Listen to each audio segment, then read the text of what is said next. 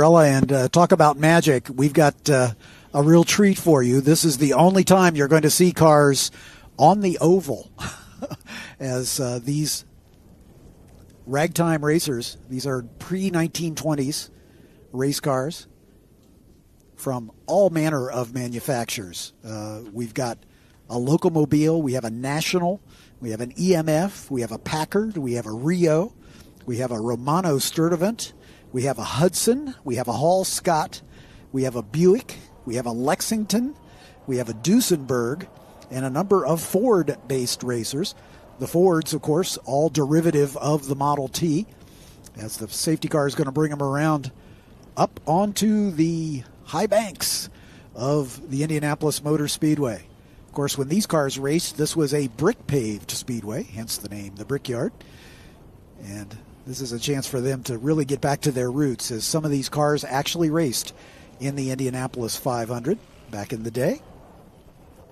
The Ford-based cars, as we talked about, basically Model T-based, all on the four-cylinder, 177 cubic inch Model T motor. But a few speedy upgrades with an overhead valve conversion. That's certainly not uncommon. And different transmissions. They have a stock planetary two-speed transmission, but a lot of these teams will retrofit them with a three-speed auxiliary transmission behind that, and then a two-speed rear end, giving them 12 different forward speeds. The Lexington Minuteman 6 was powered by an Ansted six-cylinder motor with 224 cubic inches. Overhead valves making about 73 horsepower back in the day. Wire wheels with rear mechanical brakes. The Lexington company began building cars in 1909. That was 2 years before the first Indy 500, and they were in Lexington, Kentucky, hence the name. But then the factory was moved a year later to Connorsville, Indiana, where they stayed until 1926. Ansted Engineering was supplying engines for them, and they were used in pretty much all the models. The Lexingtons were well known for participating in the Pikes Peak Hill Climb. They won first and second place and finished in one of the top three places every year thereafter. The Locomobile Model I is a Locomobile T-head four-cylinder, 471 cubic inch engine with a four-speed dual chain drive transaxle.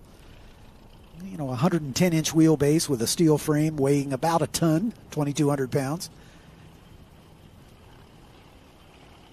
Locomobiles originally were steam-powered and were known as the...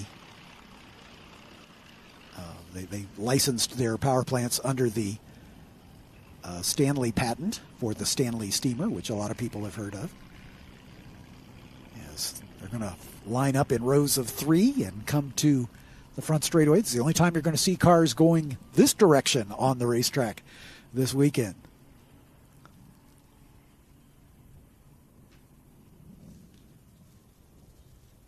There were only two of the Locomobile Model I's made for racing. They were both factory racers. In 1909, they raced in what was called the Cobe Trophy at the Crown Point Street Circuit in Crown Point, Indiana.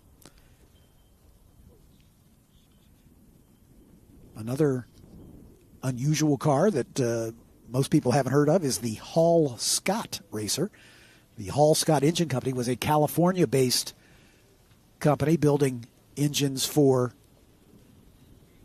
aircraft for the most part, and the Hall Scott is that silver number 9 making a move down to the inside here, trying to get to the front. It had a 9.9 liter, almost 10 liter motor, with 4 cylinders and an overhead cam. And this aircraft-based engine was used in the World War I Army Air Corps biplanes. They designed a all-aluminum race car body to compete in the Vanderbilt Cup race in 1917. The engine was mounted in a 1917 Rio frame and running gear to accommodate that extremely tall Hall Scott motor.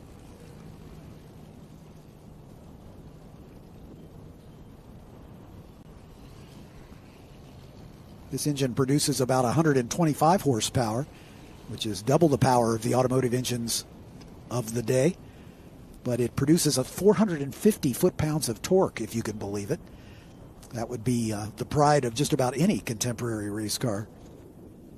The Rio Sportster is the red number 15, a four-cylinder L-head with about 35 horsepower. Rio are the initials of Ransom E. Olds, who, of course, founded the Oldsmobile in 1897. He left the company in 1905 and established the new company that was called Rio. Perhaps the most famous Rio episode was the 1912 Trans-Canada journey, traveling 4,176 miles from Halifax, Nova Scotia to Vancouver. The number 16 blue is a Packard, 1912 Packard, 430 cubic inch four-cylinder T-head with an aluminum crankcase and iron cylinders, about 40 horsepower thereabouts. It was built in 1899 by the Ohio Automobile Company, later named the Packard Motor Car Company in 1902. This Packard race car was known as the Gray Wolf, a lightweight aerodynamic race car. Designed and driven by French engineer Charles Schmidt. Packard race cars on and off for 3 decades, including several cars for the Indy 500. Carl Fisher, one of the Packard dealers in Indianapolis, was one of the 4 founders of the Speedway back in 1909. One of the more unusual ones is a 1916 Sturdivant Romano Special. That's the maroon number 18, just coming by our vantage point now, with a 555 cubic inch aluminum V8. That's right, in 1916, a V8, 220 horsepower, and it was supercharged. Sturdivant was known as the world's largest industrial fan manufacturer, and when the First World War broke out, the Sturdivant Airplane Company was formed by the parent company to develop military aircraft. Their knowledge of the specialties there led to the production of this engine. Eugene Romano of Seattle was a designer and engineer who built several aircraft engine-powered race cars, the most famous of which won the Pikes Peak Hill Climb in 1916. Here's a 1919 Buick Racer. It's car 19, the red one, with a 6-cylinder, 3.9-liter overhead valve, 27 horsepower power plant. Buick has a long list of participation in auto racing. The racing team in 1909 fielded cars driven by the likes of Louis Chevrolet and Bob Berman, winning trophies for the very first race at the Indianapolis Motor Speedway.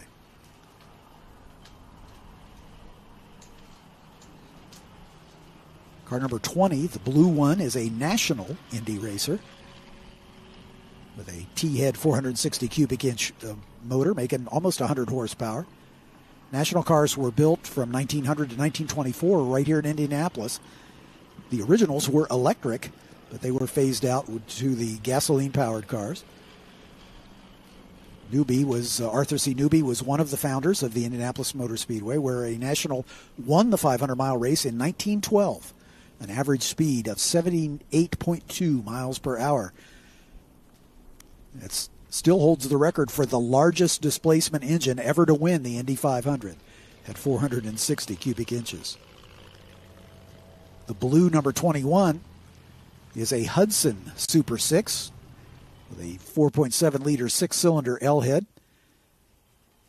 One of the last manufacturers to enter racing was the Hudson Motor Company of Detroit. They'd been building cars since 1909, but in 1916, a revolutionary engine design guaranteed them a prominent place in the record books. In racing trim, the engine could withstand higher revs as a result of a new form of balanced crankshaft designed by the Hudson engineers. They had really no racing aspirations for the car, but they were curious of what it was capable for, so they hired the famous driver Ralph Mulford to drive a stock chassis car with a special fishtail body at Daytona and set a 1-mile record of 102 miles per hour at Daytona. They tried for a 24-hour record at Sheeps Bay, New York, where the same car covered 1,819 miles at an average speed of 75.8 miles per hour. At the time, that was faster than any human being had traveled in 24 hours with any form of transportation. Another unusual one is the 1911 EMF Model 30 with a 4-cylinder 226 cubic inch engine. EMF began building passenger cars in 1908, and during their brief existence, which was from 1908 to 1912, they built several race cars at their factory in Detroit. This was one of 3 EMFs sent directly from the factory to Savannah, Georgia, to race in the Tideman Trophy Race, one of 2 car races that were run in the morning of November 27th, 1911. The Vanderbilt Cup was run that same day after these 2 races. The EMFs made a clean sweep of the top 3 spots, with this very car, the number 33, finishing in 3rd spot. It was a 171-mile race, and the car averaged just under 60 miles an hour. Finally, the number 33 Maroon is a 1920 Duesenberg, straight 8-cylinder, as just about all the Duesenbergs were. Fred and Augie Duesenberg were the founders and passionate about racing from the very beginning, and built over 30 race cars throughout the teens and the 20s. Eddie Rickenbacker was one of the first to race one in the 1914 Indy 500, finishing in 10th spot. The Duesenberg, driven by Jimmy Murphy, won the 1921 French Grand Prix, the first American car to do so. And Duesenbergs eventually won the Indy 500 in 1922, 24, 25, and 27. We'd like to thank the folks from Ragtime Racers for bringing these beautiful cars to the place of their birth, really. A lot of these cars came into being with aspirations to run at the legendary Indianapolis 500. Some of them predated the first race, as the Locomobile's the oldest car here, 1909. But the National Indy Racer raced in the inaugural race in 1911, as did the EMF. And the Packard eventually broke through with a win, as did the Duesenberg multiple times over the course of their racing history.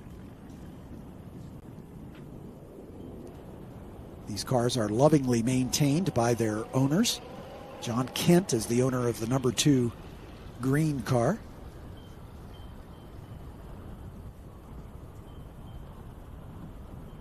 Dan Ursig is his driver. Dick DeLuna is the owner of the Hall Scott, that beautiful silver-bodied number 9. Sean DeLuna is the driver of that car.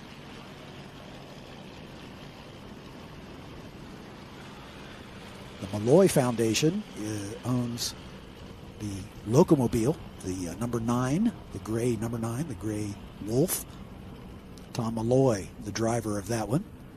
The Blaine Motorsports Foundation owns multiple cars. The National Indy Racer, the blue number 20, Frank Zucchi is the driver.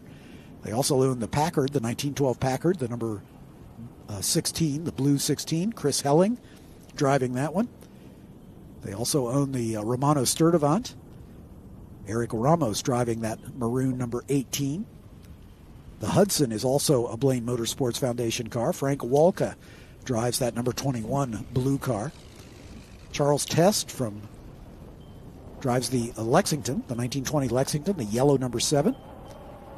And the final of the Blaine cars is the Ford Model T, the tan number 13 with Bill Bennett, the pilot on that one.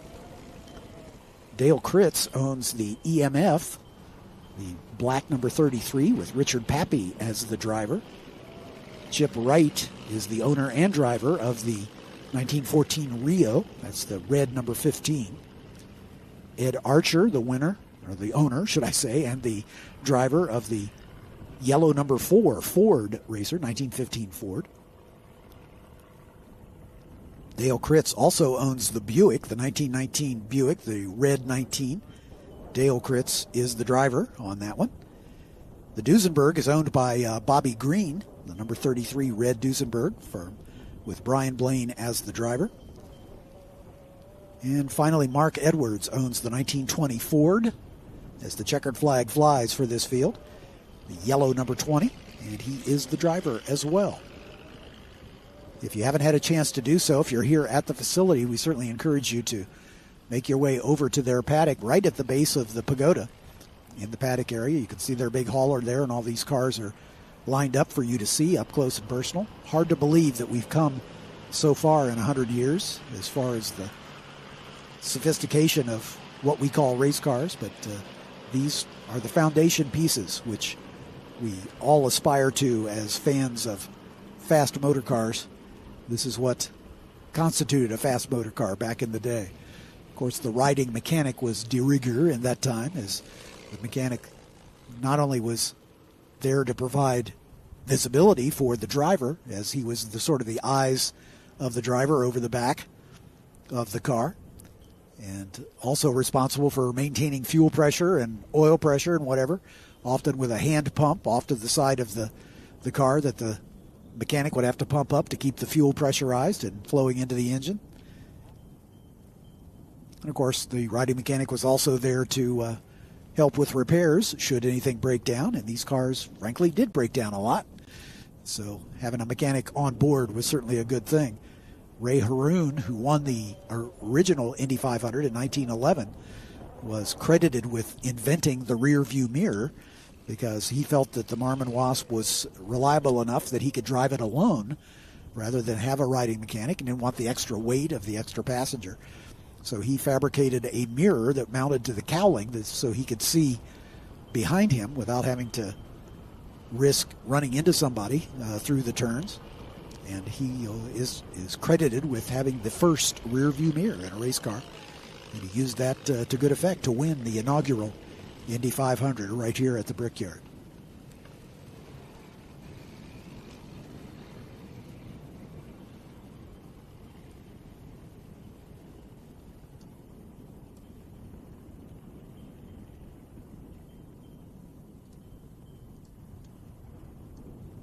You know, speaking of the Brickyard, there's some trivia that Pam Shawtraw dug up for us regarding the Indy 500. A lot of people think that the first race here was a car race, but the first race was actually a balloon race, which took place while the Speedway was being built. The first car race actually was held in mid-August in 1909. Bob Berman drove a Buick to win the first auto race at the Indianapolis Motor Speedway. It was called the Prestolite Trophy. It was 250 miles long. The question is often asked, why is this place called the Brickyard? Well, it was paved with bricks originally. It was originally considered that they would pave it with reinforced concrete, much as they did over in Europe at the Brooklands circuit. But it was quickly rejected as being A, too expensive, and B, too prone to damage from the frost heaves over the winter. It's fine in Great Britain where they don't have a lot of freezing, but here, when we have a freeze cycle every winter, they felt that the concrete would not be able to be repaired cost effectively. So brick was the most desirable substitute available back in the early 1900s. So the founders purchased 3.2 million 10-pound bricks and had their crew pave the entire track with it. They started doing so on September 20th, and they got the whole job done in 2 months. Can you imagine laying 3.2 million bricks around this 2.5-mile facility in 2 months' time? That had to be an amazing undertaking. Part of the storied history of this storied facility. It's called the World Center of Racing for a reason, as seeing these cars that were there at the beginning, basically, is certainly a great way to add to the spectacle here of the Indianapolis Speed Tour for 2024. And thanks to the folks from Ragtime Racers for bringing these cars out for us to see. And thanks for Tony Perella and the whole crew at PMH for making it possible.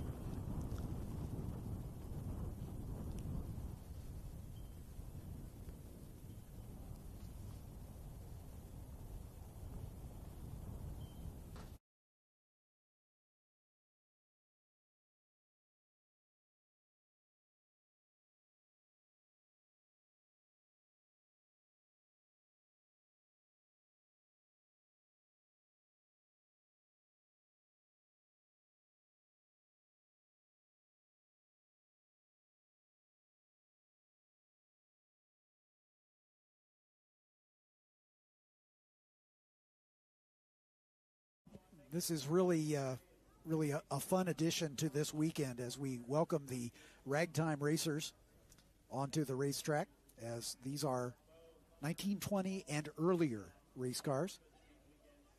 And we've got a number of Ford-based racers, which are basically Model T-based cars for the most part. We have a Lexington, we have a Locomobile, we have a Hall Scott, we have a Rio, a Packard, a Romano Sturdivant, a Buick, a National, a Hudson, a Duesenberg, and an EMF. And if some of those names don't sound familiar, it's because those are companies that long gone, obviously. But that was back in the days when there was a automobile manufacturer on just about every corner of a city like Indianapolis. The Lexington Motor Company was founded in Lexington, Kentucky, and a year later moved into Indiana. Ford, of course, building 15 million Model Ts over the course of its run. And it certainly was not very long after they became popular that I think the old adage is that the first motor race or automobile race came when the second automobile was built. So this is a pretty good indication. These drivers racing these cars predominantly on ovals, many times at the local fairgrounds on a horse racing track or a board track. And, of course, some of them made it all the way to the Indianapolis 500 and raced when the Brickyard was a Brickyard back in the early days. So it's fitting that they're back with us on this 2024 edition. That blue 21 is the Hudson of Frank Walka behind the wheel of that one. Most of these cars with two passengers, if you will, the driver and the riding mechanic. As the green flag flies and the Hudson is out in front.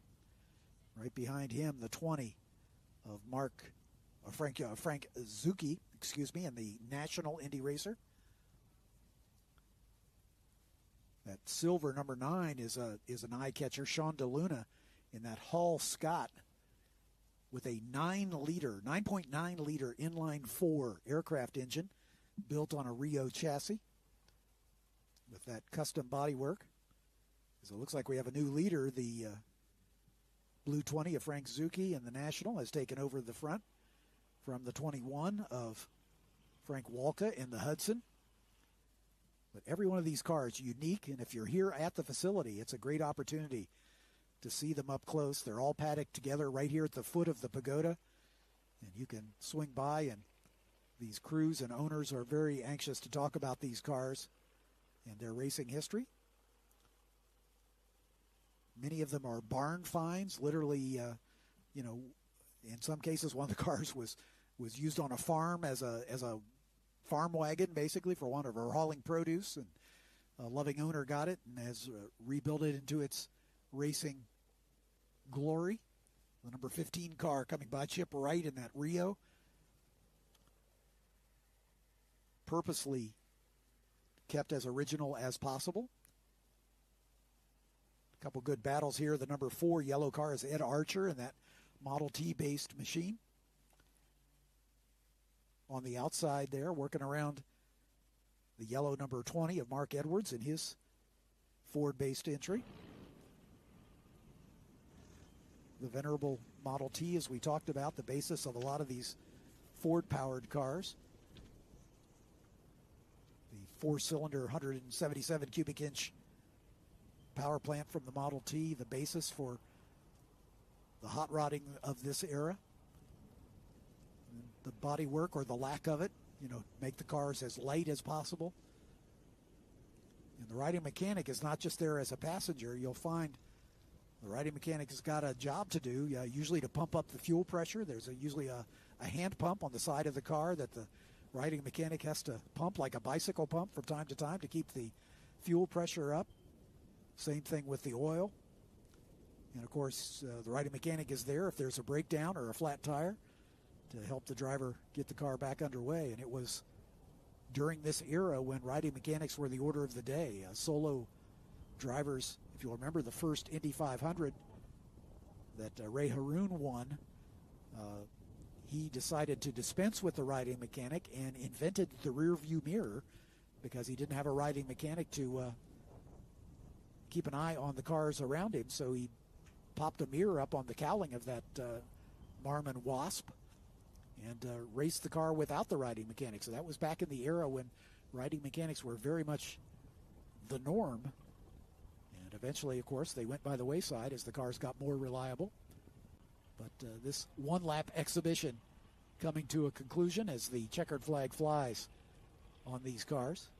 We don't have timing and scoring per se because this is an exhibition, not a race. But all of these cars beautifully turned out. See the number 33 comes by. Beautiful brass work on that car. The Duesenberg of Brian Blaine. Richard Pappy and the other number 33, the 1911 EMF that finished first, second, and third in its first trophy race, the Titleman Trophy. So many of these cars taking advantage of the aircraft power plants, that Romano Sturdivant, a Sturdivant aircraft engine in it, the number 18. Dan Ursig comes by in that green 1917 Ford Racer.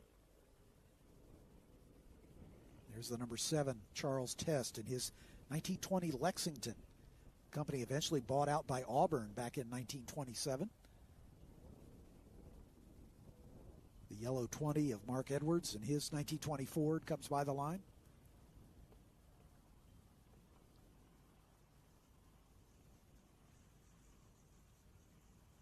We had a chance to, our crew from Live Race Services had a chance to talk to some of these drivers talking about their class of cars. Let's hear from them now.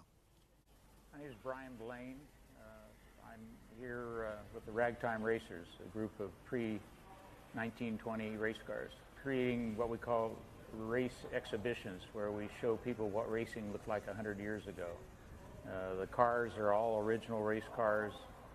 We wear original clothing, coveralls that they wore back in the day, leather helmets, goggles, and go out on the track and show people what racing looked like. Most of us had been vintage racing in the past, and some of us for many years. And the really old cars, which, the pre-World War I cars we refer to them as, were usually thrown in with cars much newer, sometimes as new as in the 50s. And they would call it a pre-war class, which is basically 1946 and earlier. And the problem that we ran into was that, you've got cars that can't do over 50, 60 miles an hour, and you've got cars that are doing 160 miles an hour. And so we decided to organize a group so that we're only the pre-1920 cars, and we do our thing as a race exhibition. So we don't wear modern helmets, we don't wear fireproof clothing, we wear the leather helmets and goggles. The car can't have any improvements on it that weren't available in 1920. So if a turbocharger was invented after 1920, you can't put a turbocharger on it. And the cars are as close to original racing condition as we can make them. This is a 1912 Packard. We think this is the oldest Packard race car that still exists in the world. It was found in Argentina back in 1950, and the fellow that bought it started to collect the parts necessary to make it into a street car and spent 50 years literally gathering up parts, but he never finished putting it together. This was the beginning. This was the embryo of racing that we have today. Not just the cars, but the technology and the drivers and the learning curve that they all had to go through. It's a part of our history that has almost gotten entirely lost until we started bringing these cars out so that people could see them again and hear them and smell them. And there's nothing like the sound of a 450 cubic inch 4-cylinder engine with pistons as big as coffee cans, burning castor oil. There's just nothing like it. Thanks so much for that inside story from the folks that make the Ragtime Racers possible. And for those of you watching us on the stream, that's going to be the end of the day for us today. There is one more event today that we're not carrying on the stream, but we appreciate you being with us. So plan to be with us tomorrow morning. We're going to kick off at 8 o'clock with a 1-hour enduro for International GT and the Group 10 cars. So the TA2 Club cars and the rest of the 10 GTs will be out there as well. Ken Fengler will be joining me on the call at 8 a.m. tomorrow morning. And then we'll have just a brief break before we join our SVRA feature race agenda once again at 9:30 with groups 1 and 3 and 4. And then throughout the rest of the day, all the way down to the final sprint race at 4:20 tomorrow afternoon. So I'd like to give personal thanks to the folks at Live Race Services for doing a great job, great camera work. It's great to have these folks on board and bring this stream to you. But until tomorrow morning, we urge you to join us then. Those of you here at the track, stand by. There's one more race to go, and we'll cover that for you from our vantage point. So join us on youtube.com/SpeedTourTV tomorrow morning at 8 a.m. Until then, I've been John Phippen. Thanks, and we'll see you down the road.